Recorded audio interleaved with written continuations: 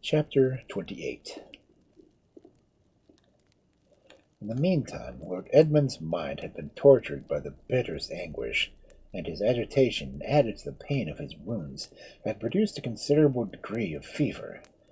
The conduct of Elvira and the anxiety she had evinced respecting the prince seemed to confirm his worst suspicions. Oh God!" cried he, as he paced his prison in agony.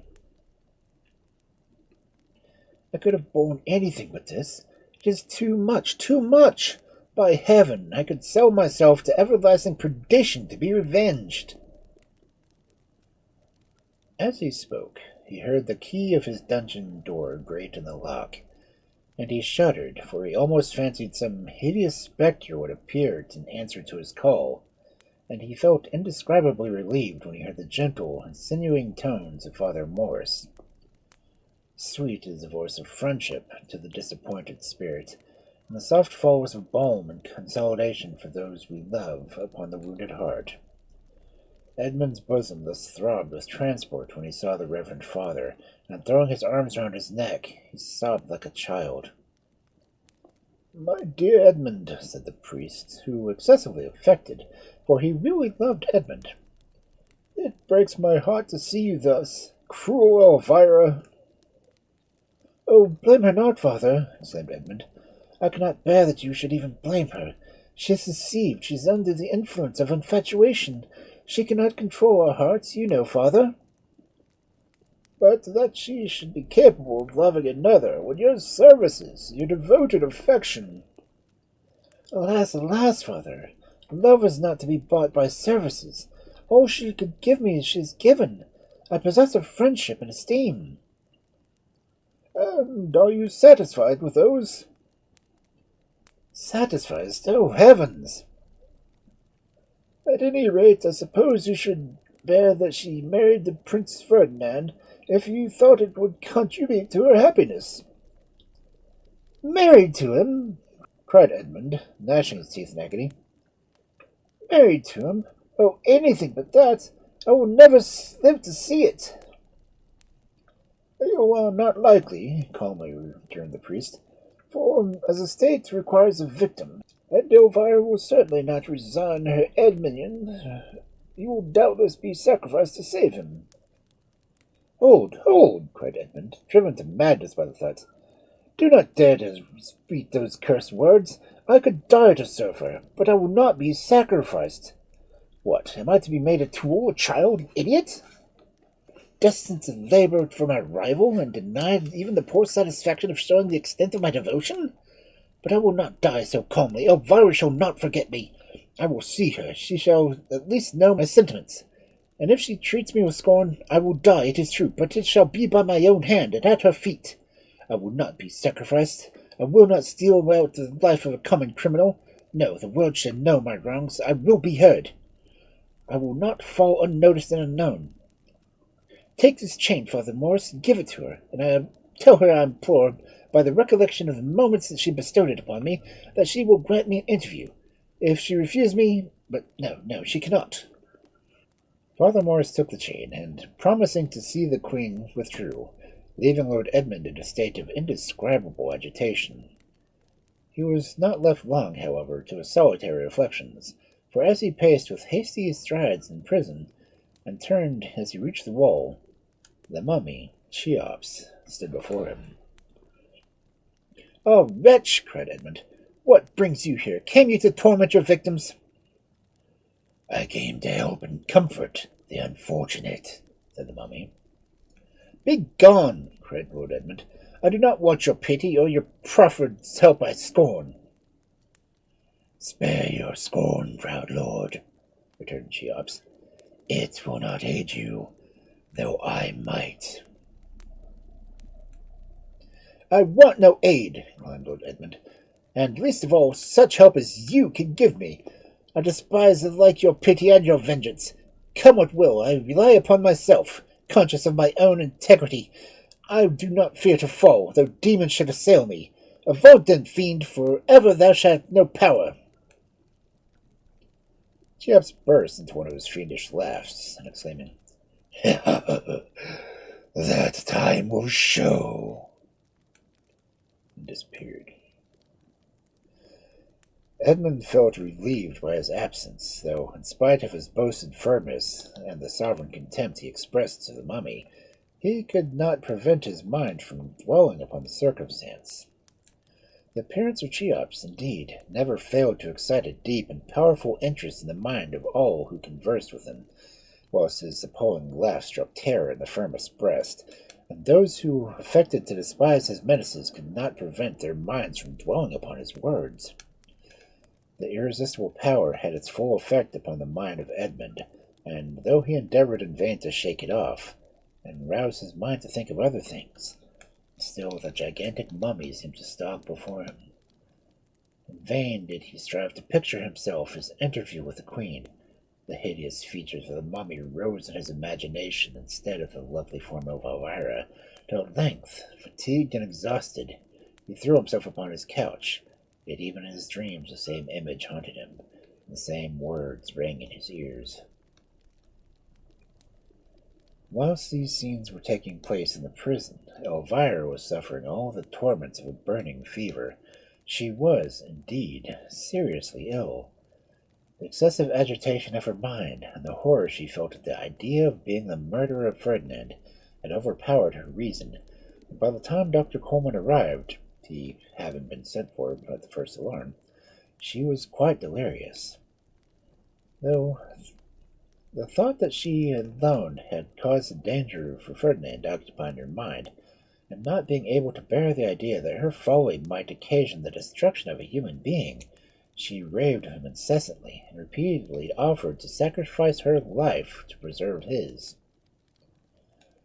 Her ravings were heard by her domestics, and being neither exactly understood nor correctly repeated, the reports, aided by the artful insinuations of Father Morris, soon produced rumors throughout the city that the queen was violently in love with Prince Ferdinand, and had gone mad because the law did not permit her to marry him. The effect this idea produced was prodigious, and was implicitly believed, for the lower classes are naturally fond of the marvelous, and when there are two sides to a question, very seldom disposed to err by judging too favorably, whilst the indignation excited was unbounded. In some cases, men are more tenacious of their prejudices than their rights. Thus, then, through the English, by consenting to the marriage of their queen, had deprived themselves the important right of electing their own sovereign. They considered that they had done was trifling, when compared with the horror they felt at the thought of submitting to a foreign king, whilst the emissaries of Rosabella, taking advantage of this feeling, by alternately playing upon their fears and magnifying their terrors, worked them up almost to the state of desperation. The party of Elvira, in the meantime, was quite unable to stem the torrent opposed to it. The queen and her father were both too ill to leave their beds, and Lord Edmund was in prison. "What will become of us?" whispered Emma to Dr. Coleman one day in the chamber of Elvira, when she fancied the queen to be asleep. "Tomorrow Prince Ferdinand and Lord Edmund are to be tried, and they say not even the queen has the power to pardon them if they are convicted." "But it is too true," returned Dr. Coleman. "They must die. The punishment is horrid. The criminal is doomed to be burned by a slow fire." "Horrible!" cried Emma. "And this only for drawing a sword in the vicinity of the royal palace." "Alas, that is all. Ferdinand is accused of wishing to marry the queen, and the law is that to vote that her horrid death the man who shall presume to address her in the language of love, yet hold good against foreigners." "I cannot believe Prince Ferdinand even dared to think of the queen," said Emma. "Only God can judge the heart," observed Dr. Coleman. "But I am sorry to say the proofs are very strong against him. I have heard from undoubted authority that persons will swear they heard him absolutely make love to the queen, and that she promised to marry him if she could obtain the consent of her people." "It is false!" cried Elvira, starting from her bed and standing suddenly between them. False as hell! Prince Ferdinand never addressed a single syllable breathing of love to me in his existence. He is a victim of a mistake, rather of my folly. He shall not die. I will save him or perish in the attempt. The calm, decided tone in which Elvira spoke, and her spectral appearance, produced an almost magical effect upon her auditors, and they stood awestruck and aghast while Elvira continued. Trust me, Emma, I will see my people. I will appeal to them myself. It is the day of receiving petitions in Blackhair Square, and there will be a multitude assembled. I will go there in person and address them. It's the raving of delirium, whispered Emma to Dr. Coleman. What shall I do? Do you dare to hesitate? Said Elvira, whose sense of hearing, sharpened by her recent illness, enabled her to catch distinctly the words of her favourite. Humour her, returned Dr. Coleman. In her present state, opposition would be fatal. It would indeed be fatal, said Elvira, seating herself in a large armchair, whilst the temporary colour of previous exertion had given her faded from her cheeks, and she looked the image of death. She will faint, cried Emma, flying for aid. It is impossible for her to go in this state, said the doctor. Impossible! Cried Elvira, starting up wildly, with her cheeks again glowing with the deepest crimson, whilst her eyes sparkled with superhuman fire.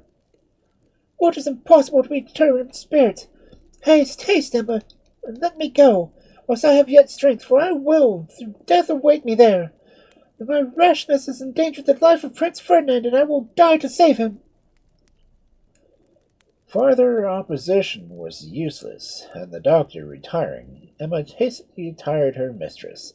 The people were expected to assemble as usual in the square, though, from the illness of the Queen, a deputation of nobles had been appointed to receive the petitions. The feelings of Elvira were wrought up to an unnatural energy. Every limb trembled with agitation, and every nerve thrilled with impatience. While she was dressing, and when she was ready, she descended the staircase, leaning upon the arm of Emma, her cheeks flushed with a hectic glow, her lips quivering, and her eyes shining with unusual brightness. At the foot of the staircase they met Cheops. He steadfastly regarded the Queen, and smiled at her agitated appearance with his usual calm scorn. Oh, cried Elvira, the moment she beheld him, my pride is humbled. I own I love Seymour. Aid me to save Ferdinand, and I am their slave.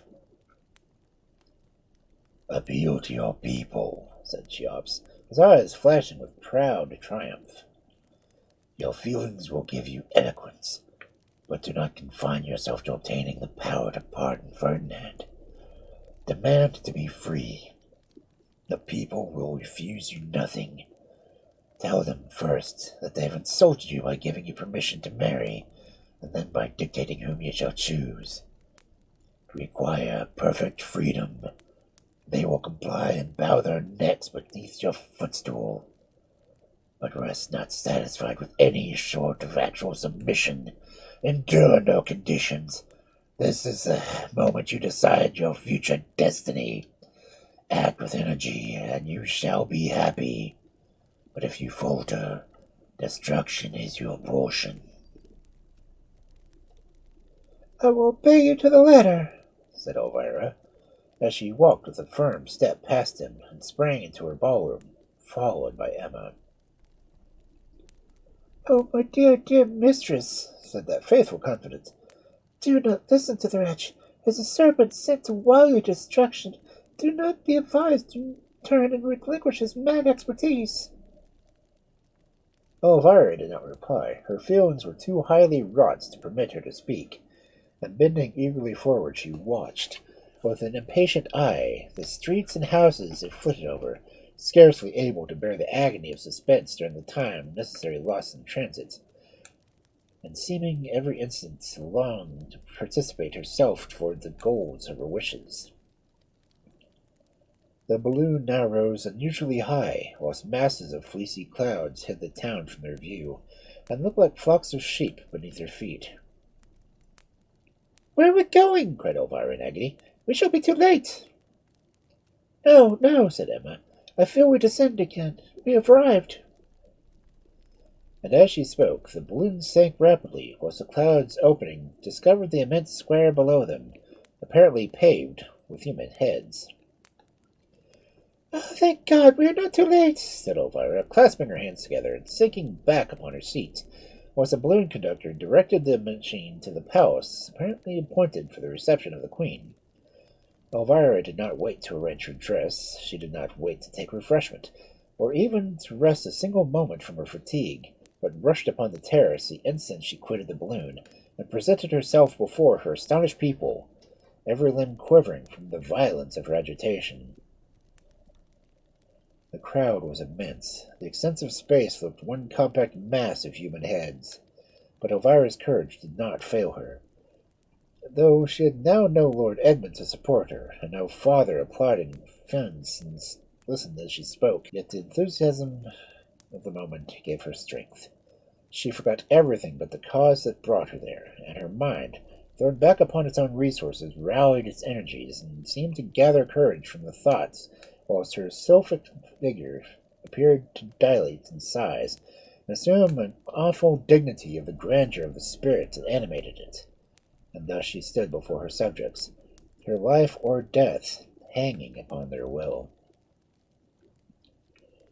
Her arrival had been thralled by the loudest shouts of wonder and joy, but when the multitude saw she wished to address them, the tumult was hushed, and they waited in breathless silence for her speech. The deep stillness that prevailed amongst this so lately bustling crowd of human beings, and the thought that every ear and every eye were turned towards her, slightly affected the nerves of Elvira, and her lips trembled as she began to speak. But as she became warmed by the subject, her voice gradually assumed its natural depth, melody, and sweetness, whilst its full tones sank into the hearts of her auditors and carried conviction as she went on. She first appealed to their gratitude, and after alluding to all she had done to secure peace and plenty to the domestic firesides, she reverted to the misery of her own situation, before the laws had been revoked that had condemned her to celibacy.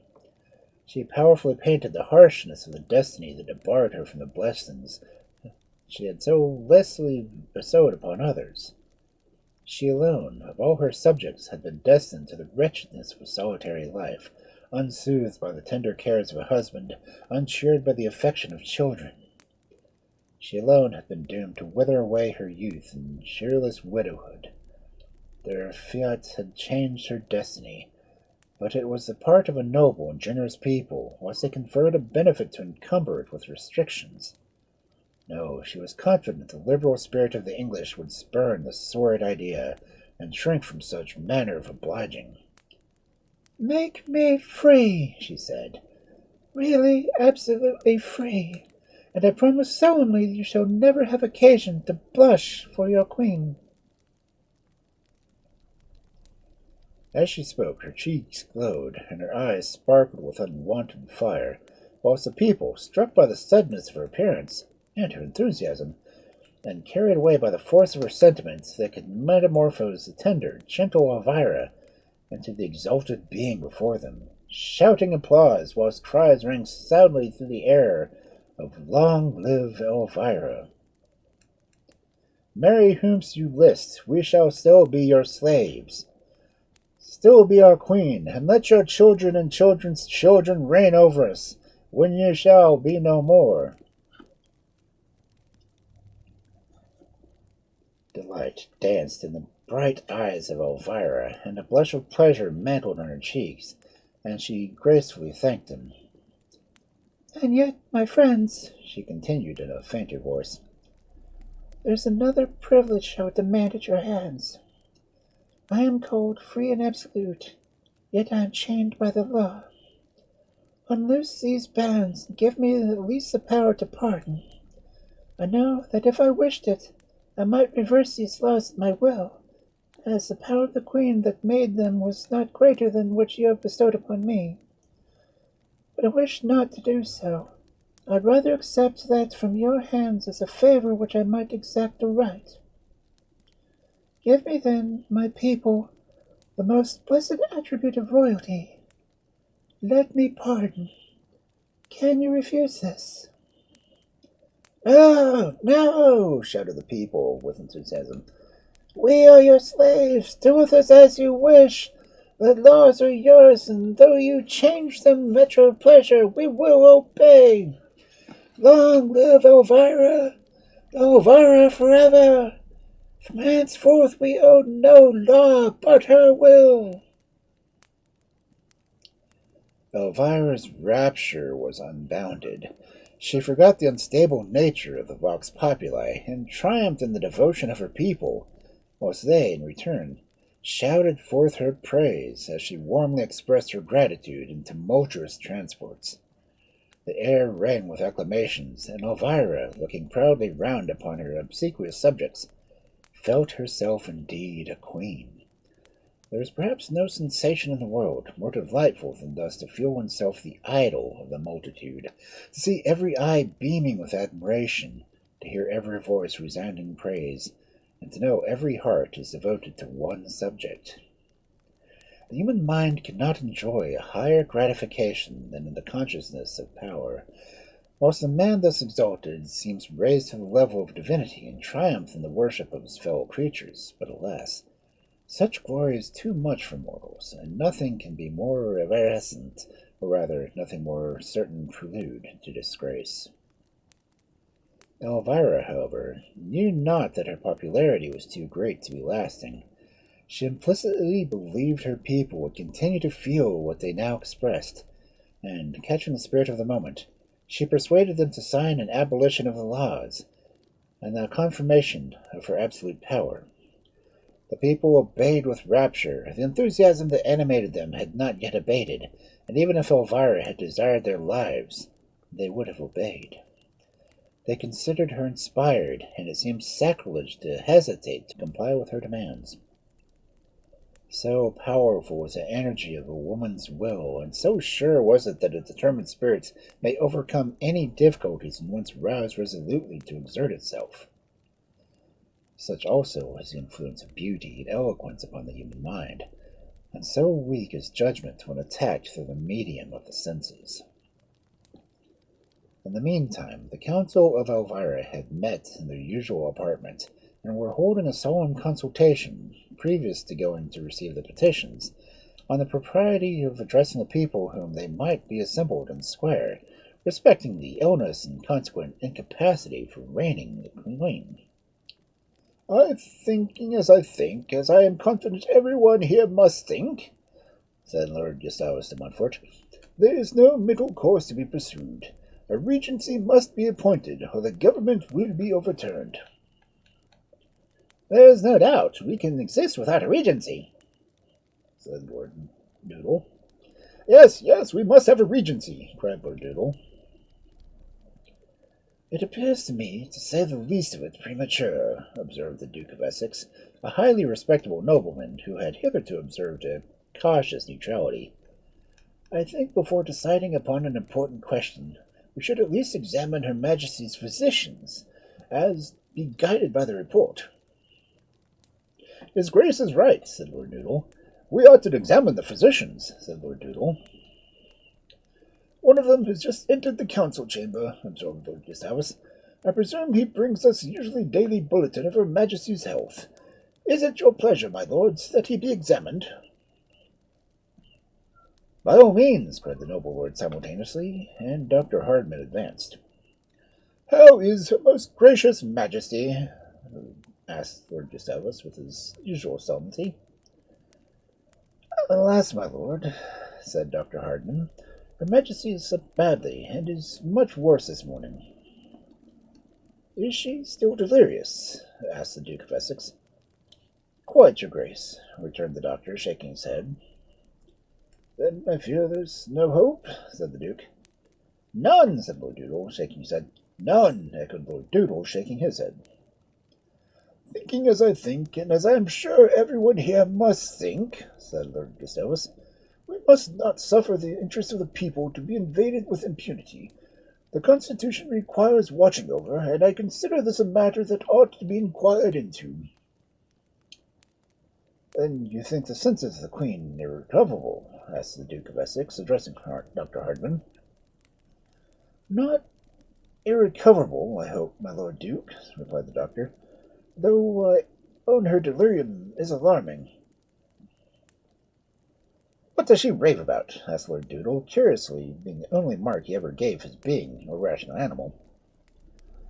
It is a delicate subject, returned the doctor, and if your lordships will excuse me. Oh, no, you must tell us, said Lord Doodle. Thinking as I think, and as I'm sure everyone else ought to think, said Lord Scazaus, concealment in this case would be a crime. Since your lordships command me, said the doctor, however reluctant I may be to betray her majesty's secrets, it is my duty to obey.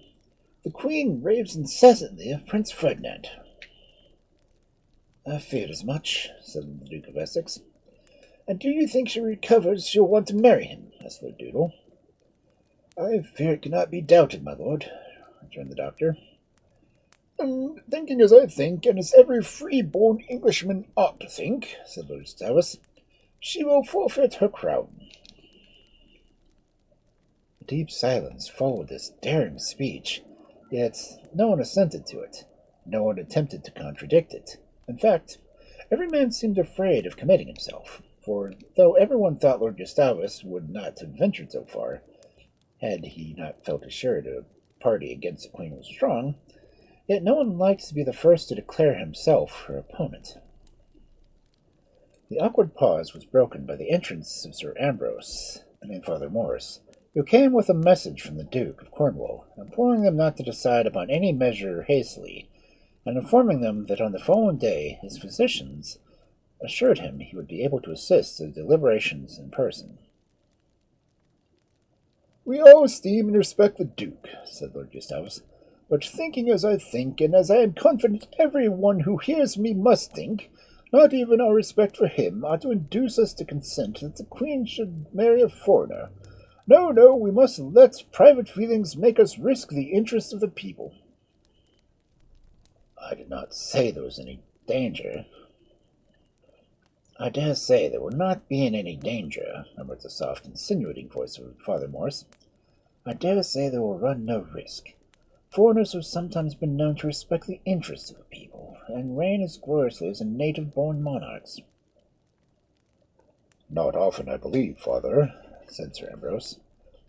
At any rate, I am sure it would break the Duke's heart to see his daughter married to Prince Ferdinand, and I am sure it would break mine to see him King of England.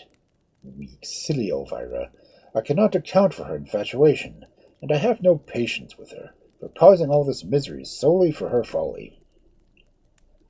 You use strong language, Sir Ambrose, said the Duke of Essex. Not stronger than the occasion requires, my Lord Duke, returned the worthy baronet. I have known the Queen from her childhood, and loved her as a daughter, but now... A matter must certainly be inquired into, said Lord Gustavus. It is the duty of every well-disposed patriotic Englishman not to suffer the slightest invasion of the Constitution. Our laws are our bulwarks. We ought to die to defend our laws, and if the Queen be no longer in a fit state to administer them, or if she is contempt designs putting an administration of them into the hands in which the purity may be contaminated, then, thinking as I think, and as I feel confident every individual who hears me must think, or at least ought to think, there can remain only one course for us to pursue. Perhaps, said Father Morris, we may be deceived, and the delirium of the Queen may be transient, or at least our mentioning the name of Prince Ferdinand in her ravings quite accidental. It is not well to be rash. Oh, no, Reverend Father, replied Lord Gustavus. You deceive yourself. Your abstraction from the world and the goodness of your heart lead you to judge too favorably of others. But we, who know the world, see deeper. You, Holy Father, can form no idea of the folly of human passions.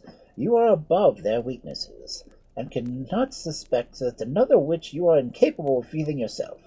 But, as I said before, that we know the world and see deeper. Elvira is in love with Prince Ferdinand, and is quite capable of sacrificing her throne, and the people of her caprices of a romantic passion.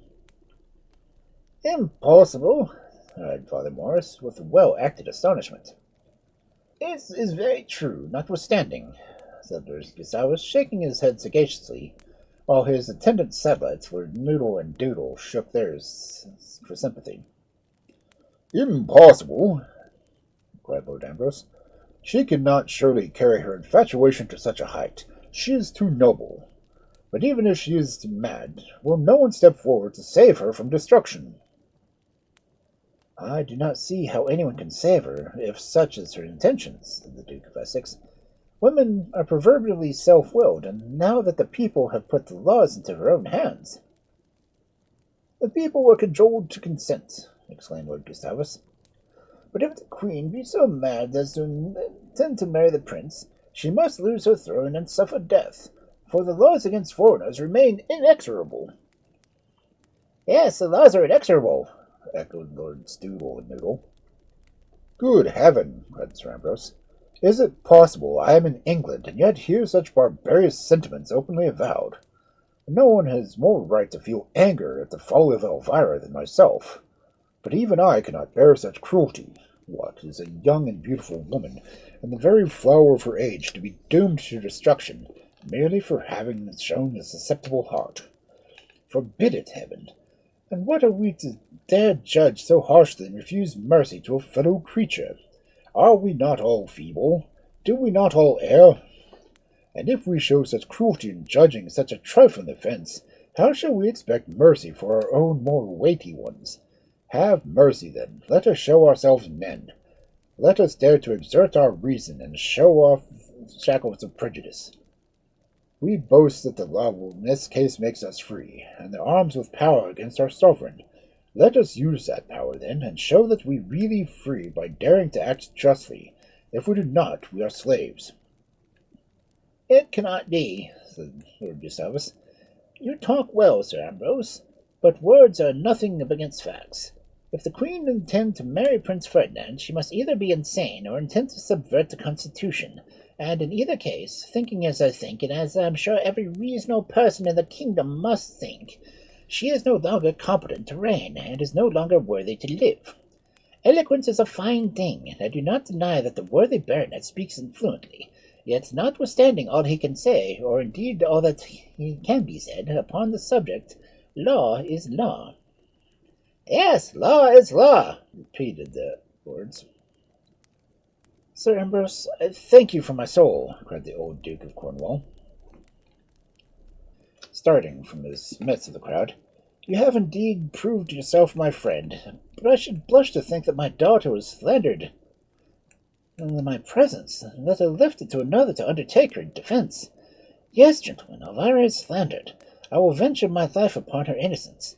Her heart is English, my lords, thoroughly English. She will marry no German. No, no, my poor dear Elvira never dreamed of such a thing. She is innocent." And here the poor man, overpowered by his emotions, could not precede them, but leaning upon the shoulder of his friend Sir Ambrose, wept bitterly. It is hard to see the tears of aged men, and everyone was affected. They had started with the sudden appearance of the Duke amongst them, for his gaunt looks and wasted form, aided by his belief in his serious tones, gave him more an aspect of spectre than of man. And now his trembling voice, the grey hairs, as he attempted to vindicate his child, came home to the hearts of his auditors. "Alas, why is not Edmund here?" sighed Sir Ambrose. "He would not have left the cause of Elvira to such feeble hands. But he is gone, and wretched father that I am, I may soon no longer possess my darling boy.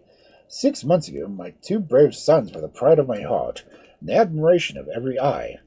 Where are they now? One is wandering in foreign climes, exposed to every misery of want, and the other is confined to a prison and doomed to suffer an ignominious death.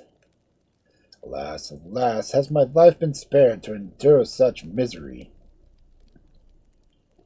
Whilst the old man thus lamented, a bustle was heard amongst the crowd, and the noble lords of whom it was composed, dividing, made way for Elvira. With glowing cheeks and sparkling eyes, the Queen walked proudly among the lane made for her, having a roll of parchment in her hand, and with dignity took her seat upon the vacant throne. A solemn silence prevailed. The conspirators were awed by the sudden appearance of their sovereign, and those had hitherto remained neutral or surprised, stood hesitating, unknowing how to act. Elvira paused for a few seconds, sternly surveying the crowd, and finding that no one attempted to speak, she exclaimed, "How now, my lords? What means this silence? I came to assist your counsels, not to interrupt them. Go on, I pray you, for surely such enlightened senators can have no sentiments they fear to breathe before their queen." "We were surprised at your sudden appearance, Your Majesty," said the Duke of Essex, "as, from the report of your Majesty's physicians, we feared your Majesty's illness." "My illness was of the mind, my Lord Duke," said Elvira, "and this is the medicine that has cured it. Look, my lords," continued she, unrolling the parchment she carried, and suddenly flashing it before their eyes. "Behold my panacea. Now am I, indeed, a queen, for my people have made me absolute, and abolishing all laws have placed their lives and fortunes at my feet." Lord Gustavus and his adherents stood aghast, gazing upon the queen and the parchment she held so triumphantly, without the power of uttering a word. "Ere this," continued the queen, "the purport of this parchment has received some 1,000 signatures, yet I do not wish to abuse my powers. Go, my lords, I no longer have occasion for your counsels. When I have, I shall summon you." The dignified manner in which Elvira waved her hand as she said this prevented reply, and the lord of the councils dispersed, without daring utter a single syllable. The Duke and Sir Ambrose alone remained.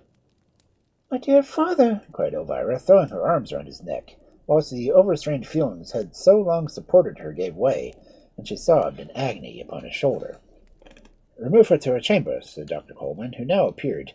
"This agitation will destroy her. Her exhausted frame is not able to endure it." In fact, the queen was now completely overpowered, and she was carried off by Emma and her attendants in violent hysterics.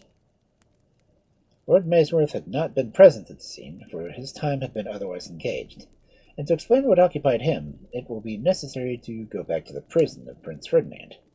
It may be recollected, when Cheops removed Clara, he had informed the prince that Lord Maysworth and Father Murphy would be with him in a few hours. The mummy's information was correct, for at the appointed time they came. "Oh," said Father Murphy, "and where's Clara? So they've let me in after all, you see, and for knowing Lord Maysworth was her friend, I went to consult him, and he talked to them, and tell them how barbarous it was to deny a poor fellow that was just going to be burnt alive the consolations of religion. They hadn't the heart to refuse me." "Oh," groaned Prince Ferdinand, "is there no hope of escape?"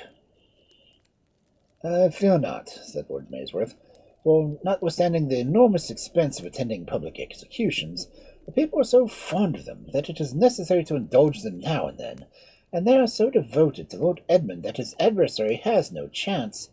Besides, they say there are plenty of witnesses to prove that you have addressed the most impassioned language to the Queen. Your enthusiasm one night at her singing." "I remember," cried Prince Ferdinand. "Idiot that I was! Oh, curses on my folly!" "Ah, that's right," exclaimed Father Murphy. "Indulge yourself a little, my honey, and it will do you well. I don't know a prettier amusement than cursing and swearing, and finding fault in one's own trouble, and I'd be far from denying ye a little harmless indulgence, for you're to die soon. It would be cruel, to not let you have all the consolation you can get hold of." "Oh," exclaimed Prince Ferdinand, "I'm the most wretched of human beings." "And you may say that, for I don't see any great hope you have in respect to that the people must have a victim, and they'd like you better than Lord Edmund. But never mind that, for the worst that can happen after all, that you'll be roasted alive." "Oh!" cried Prince Ferdinand, not much consoled by this encouraging speech. "Why, Himir," cried Hans, "and nothing can be done, for, though roasting alive may be the worst that can happen, I don't think my master is such an amateur in cookery as to wish to try the experiment." "Oh," said Father Murphy, "and I'm quite of your opinion, and so if the prince would just try, and get ready a word or two of defence, or if some clever person that knows the world like your lordship, for instance, would give him a word or two of advice, the thing would be entirely done and all right." "Oh," cried the prince, clasping his hands together, "save me, I implore you to save me." I will do all I can, said Lord Maysworth, smiling most graciously. Rely upon me, Prince. The suggestion of the Holy Father shall be attended to. The gratitude I owe your father demands my greatest exertions, and I am most happy to have the opportunity of serving his son. This worthy father's plan is excellent. A wonder it did not strike me before. Confide securely in me, Prince. A proper defense shall be prepared, and I think it will help you to escape. So saying, he retired, leaving Prince Ferdinand somewhat consoled by his assurances, but by no means reconciled even to the possibility of being roasted alive. The intermediate time between this conversation and the day fixed for the trial of the prince was spent by Lord Maysworth in preparing, with the assistance of those learned by law, this defence, and when it was finished his rapture was beyond description. 3 times did he read over it with still increasing satisfaction, for, as he considered it his own production, he regarded it with all the true yet indescribable rapture of doting parent. We are all so fond of our own children, whether of mind or of body, regarding them as emanations of ourselves, upon which we may indulge our self-love without the grossness of undistinguished vanity, that the transport of Lady Maysworth is not surprising, though he actually carried it so far that, notwithstanding he professed attachment and gratitude to the German Emperor, I believe if he means procuring the prince's escape he had offered to him, he would rather have let himself stay the risk of being burned alive, than have lost the pleasure he anticipated on hearing the delivery of his speech.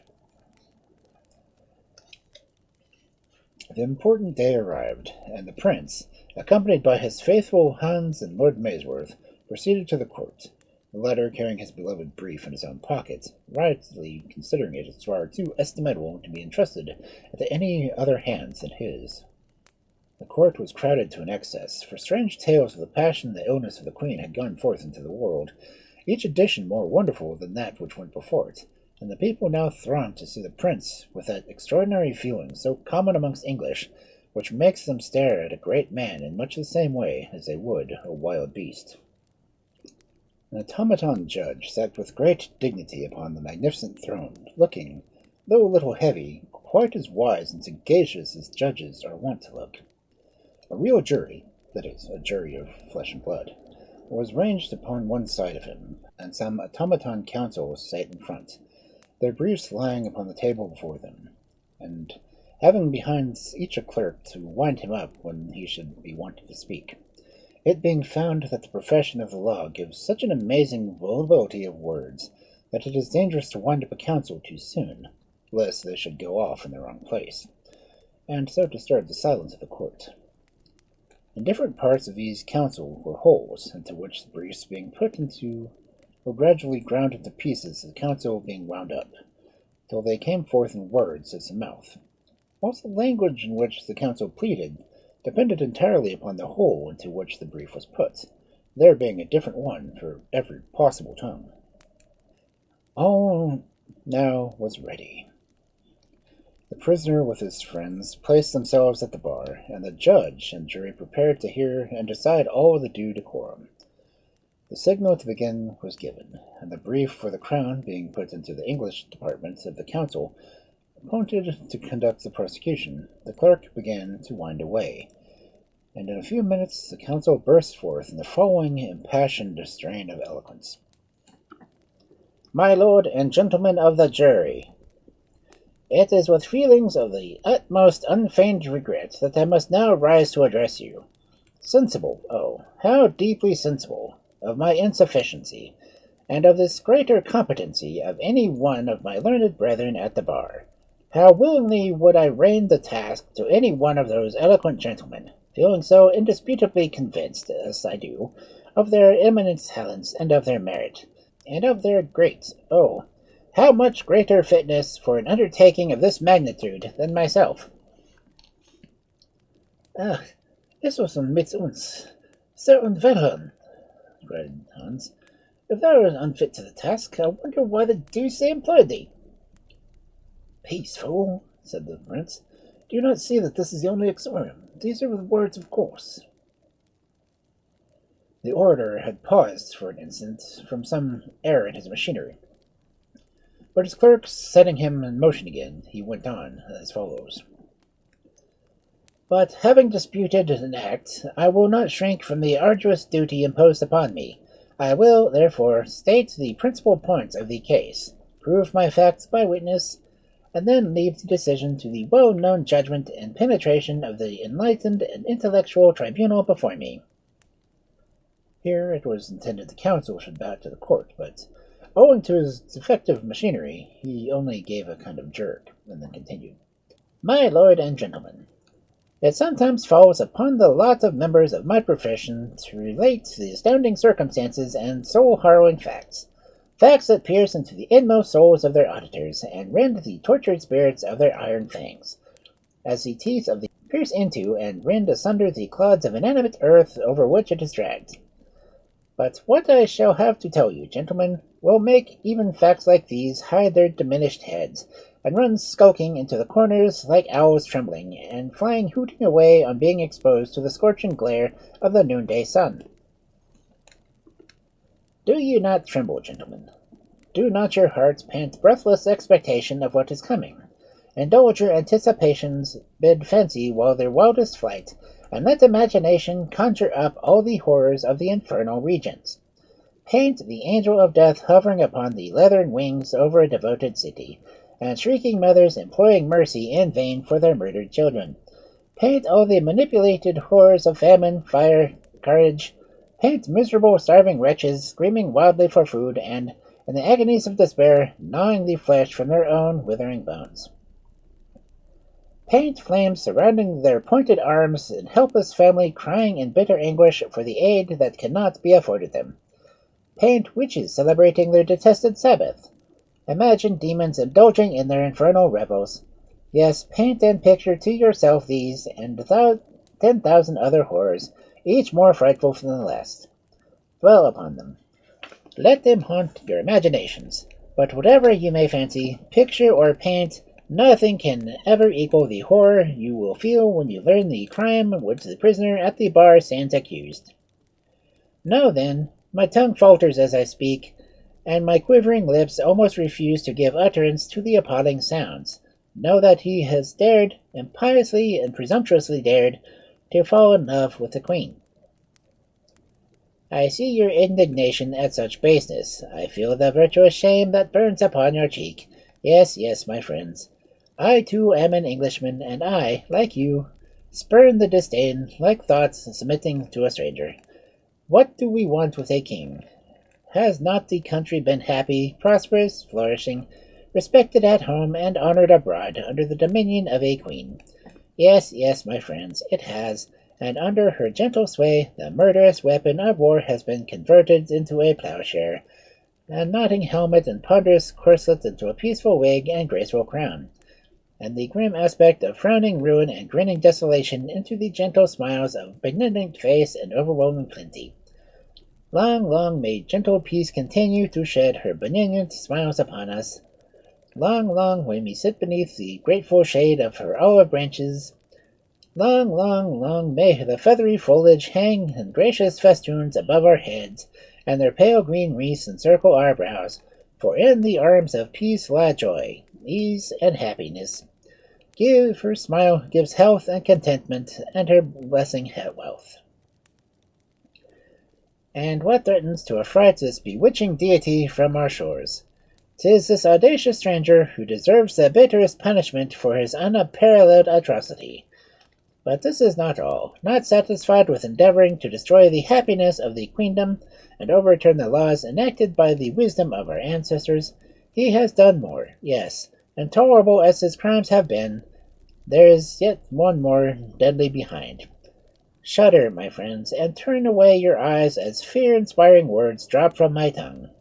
He has dared to draw arms within the precincts of a regional palace. Sufferable audacity! Hear this, ye shades of former royalty, and tremble in your Elysian groves at the profane hand that has dared thus to invade your august privileges. Can it be believed? Will after ages credit their report? Oh, no, no. The fact will appear too monstrous for even credulity itself to swallow.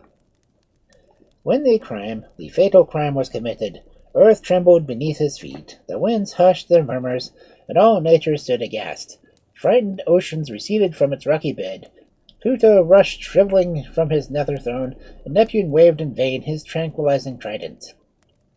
The elements were convulsed, lightning streamed from the swords of the combatants, and thunder rolled above their heads as they stood like two heroes of Arabian fiction, wielding the elements in their wrath.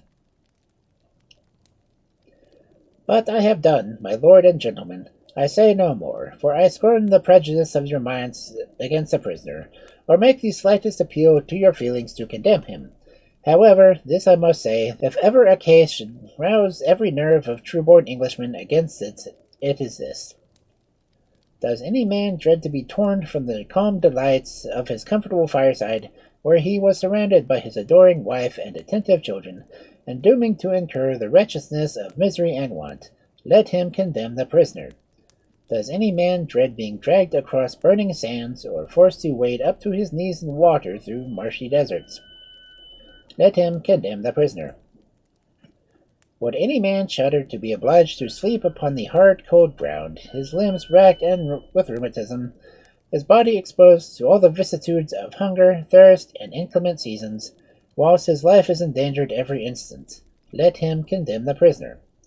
But if he prefer these horrors to the comforts of a warm-down bed, or if he enjoy the prospect of having his substance devoured by tax-gatherers to support the expenses of a foreign war, then let the prisoner be acquitted. But unless he can make up his mind to undergo privileges like these, let him aid by his vote to condemn the wretch who... And here the orator stops abruptly, being quite gone down. He had indeed uttered his last words gradually slower and slower, and at lengthened intervals, because his attendant clerk had unfortunately given him a turn too little, and had not screwed him up quite tight enough. The witnesses were now called. Several spoke to the circumstance of the extravagant admiration expressed by the prince of Elvira's singing, others disposed the fact of the combat, and others mentioned the queen's sighing and abstraction. But the principal one distinctly stated that he had heard the prince make the queen an offer of his hand in the gardens of the Somerset House, and that she had consented to marry him if she could obtain the consent of her people. A general thrill of indignation ran through the court at this evidence, and it was with difficulty the silence was obtained in the pleading of the defendant. At last all was still, and the attendant clerk began to wind up the counsel for the prince. Lord Maysworth watched for a moment, and being afraid to trust his beloved brief into the hands of his own, unfortunately in his agitation, he popped it into the wrong hole, and when the counsel began to speak, he burst forth in French. Words were wanted to express Lord Maysworth's unutterable consternation at this unfortunate accident. "Stop, stop!" cried him. "Hush, hup! Can anyone stop him? It's inexorable. Counsel should stop. For once wound up, properly set in motion, all the powers of heaven and earth cannot stop him from had rarely run down." "What shall I do?" cried Lord Maysworth in an agony of despair. "For if the judge and jury don't understand French, my foreign oration will be utterly lost." "Oh, if that will be all," said the clerk, "your lordship need not distress yourself, for as soon as I have found what was going on, I ran up to the judge and pulled out his lordship's French stop." "And the gentlemen of the jury?" "Oh, they all understand French."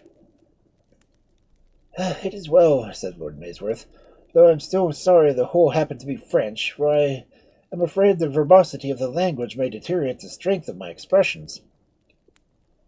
Thus muttered the noble lord, not sorry, however, I believe, if the whole truth were to be openly declared, that he had an excuse in the change of language for his failure of speech, if it should not happen to meet with the brilliant success that he felt so perfectly confident it deserved.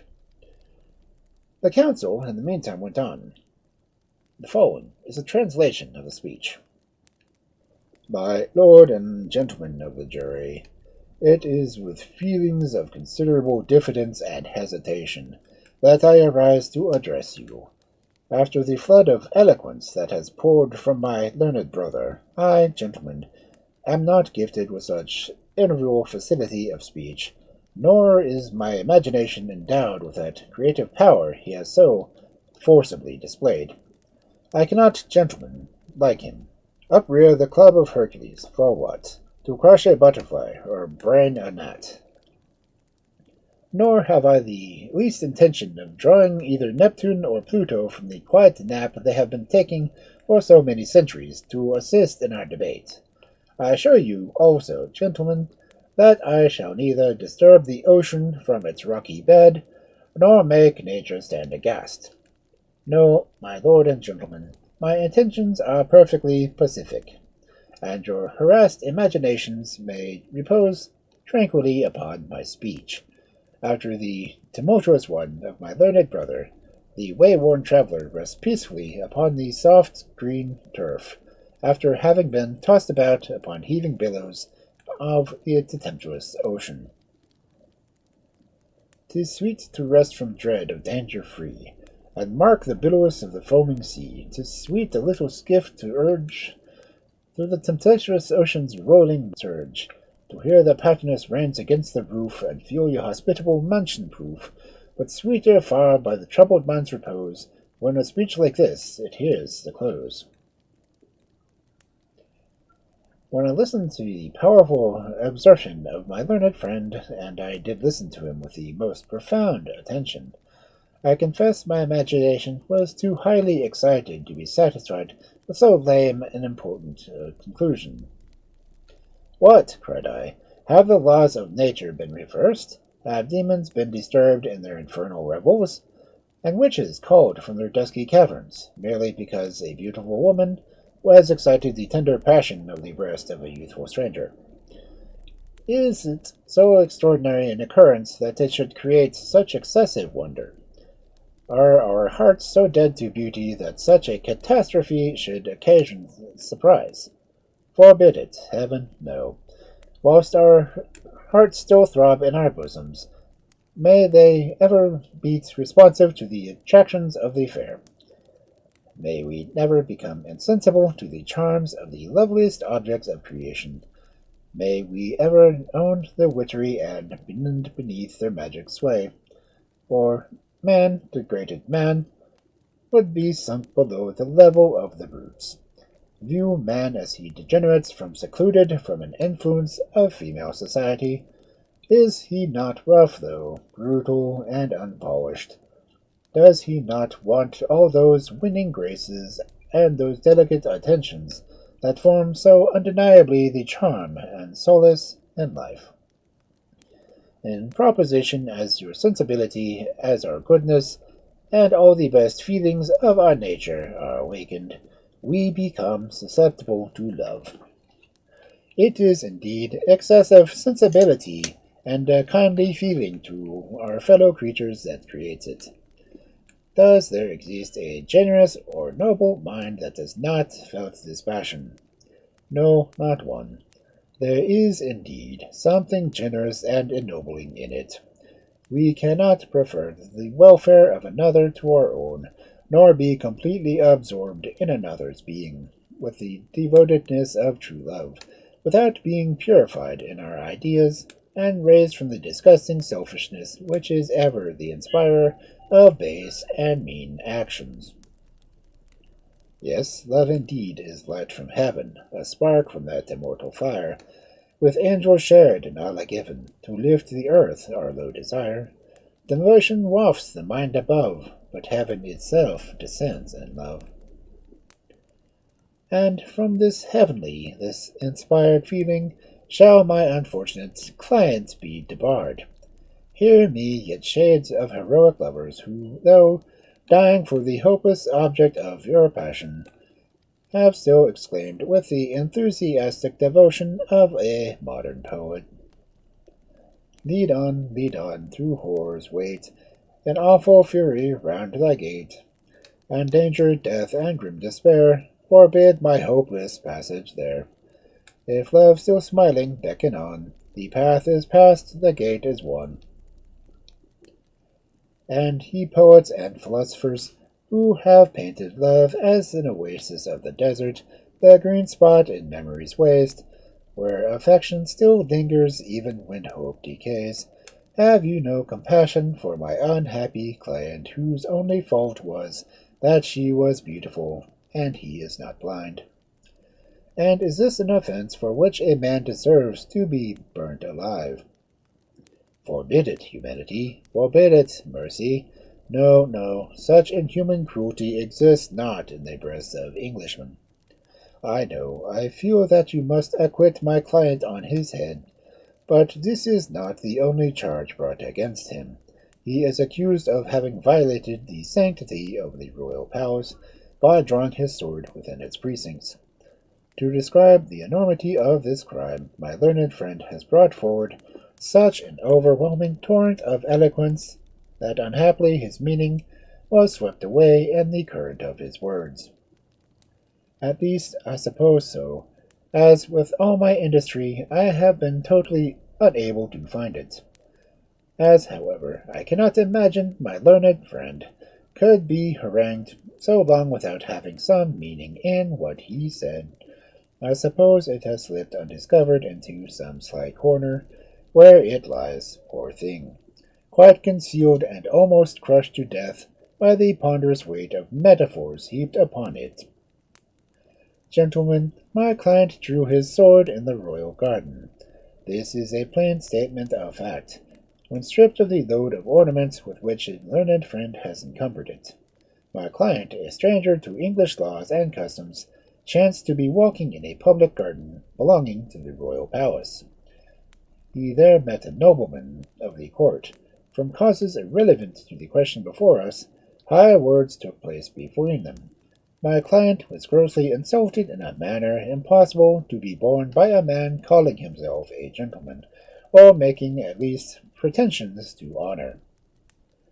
He drew his sword to defend himself. Can anything be more simple? And yet for this all created nature thrown into confusion, and Neptune and Pluto called shivering from their beds. Gentlemen, my learned friend's brain was teeming with a monstrous conception, and longing to be delivered. He dragged it into speech with which we have been favored. Not satisfied with piercing us with the fangs of a metal arrow, plunging us into disasters of war, and disgracing our imaginations by exhibiting the combined effects of plague, pestilence, and famine, he has entangled in his snares these unfortunate deities, whom he has forced the upper earth to bear witness on his behalf. I am afraid very much against their wills. Nothing, indeed, can be more distressing than to see an unfortunate thought thus hunted through the meanderings of a sentence. A crowd of meaning words, like a pack of hungry dogs, pressing close at its back, till at last worn out and completely exhausted, it sinks feebly away and gives up the ghost so quietly that no one can reasonably imagine what can possibly become of it. Thus it was the argument of my learned friend. It has vanished amidst the bustle he created around it. One more thing, my lord and gentlemen, and I have done, for I shall not, like my learned friend, after disclaiming all intentions of appealing to your feelings, endeavor by the artful perforation to come home to your inmost souls. It is simply this, that my client is a stranger, the son of a powerful monarch, and of course he has never taken any oath of allegiance to the English government. He is not amenable to English laws. After stating this fact, I sit down, confidently assured that your verdict will be in my favor, and that by it you will again vindicate that proud right you have so long and gloriously remained of acting always as an enlightened and reborn Englishman.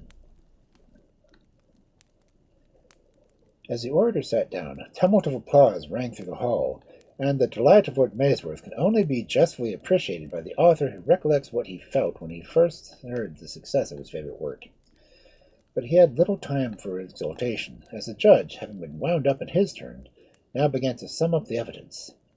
Slowly and heavily did he go on, the machinery that composed him wanting oil, and creaking ominously as it moved, while, ere he had half finished, a cry was heard in the outer court, and instantly a rush of people announced the arrival of the Queen.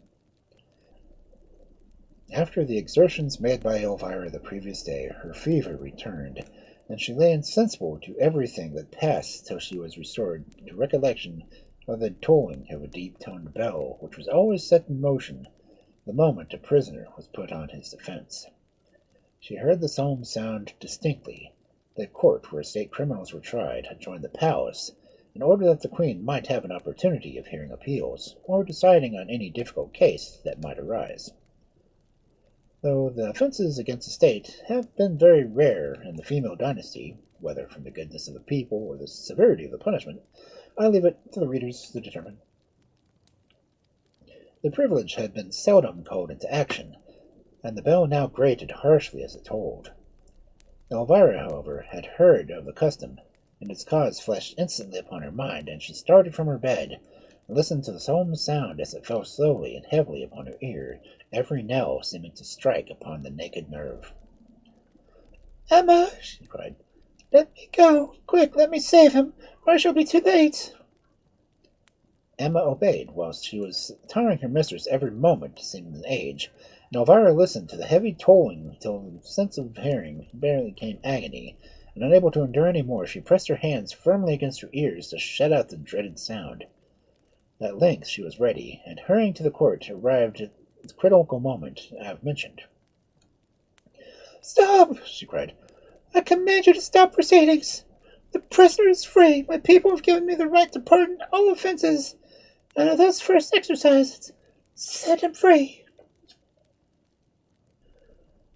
The guards obeyed, and it not being possible to stop the automaton judge till he wound down, he carried out the court, repeating, for it happened to be summing up the evidence of the moment, and the Queen said she loved him, and would sacrifice even her life for his sake. "You are free, sir," said Elvira to the prince. "I only blush that a stranger that should have been inhospitably treated in my country. My illness, however, must plead my excuse, and I only now show my sorrow for releasing you from parole of honor you have given. You are absolutely free, prince, not only from these chains, but also to leave the kingdom whenever you think shall fit." The prince, in a transport of gratitude, knelt and kissed her hand, and then retired with his friends to the house of Lord Maysworth, whilst Elvira, satisfied with herself, and hoping she had disarmed scandal by desiring the prince to quit the kingdom, returned to her palace, more happy than she had felt since before the fatal combat in the garden.